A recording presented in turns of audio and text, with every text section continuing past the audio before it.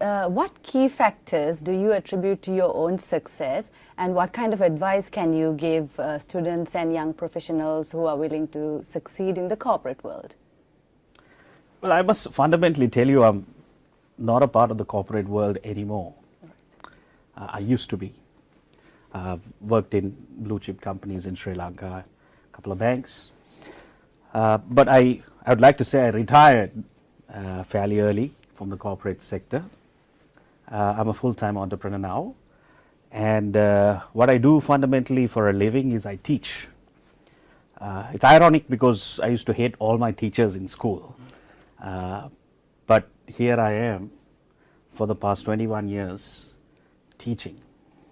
So I believe sometimes you just need to, you can be in the corporate sector, but I believe that every single human being has the potential to create something, and to create, to bring life to an idea.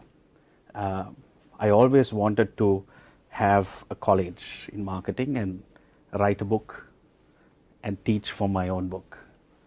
And that's something, I thought I'll do before I die one day.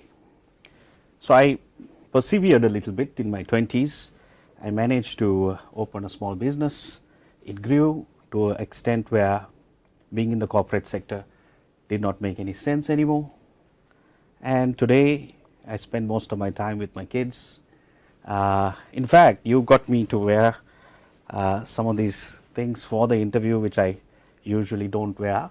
You'll see me in my shorts at this time of the day.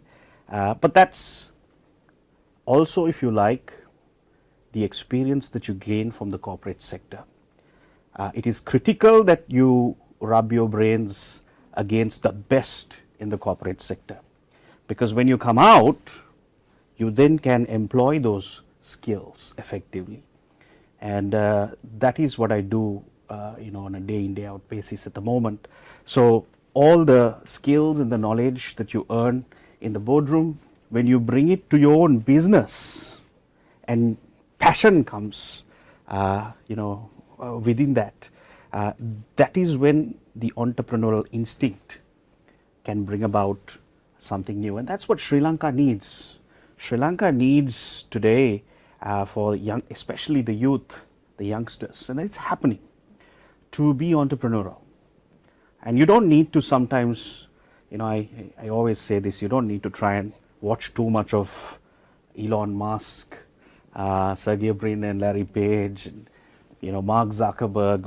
We sometimes get overwhelmed by watching too much of the giants.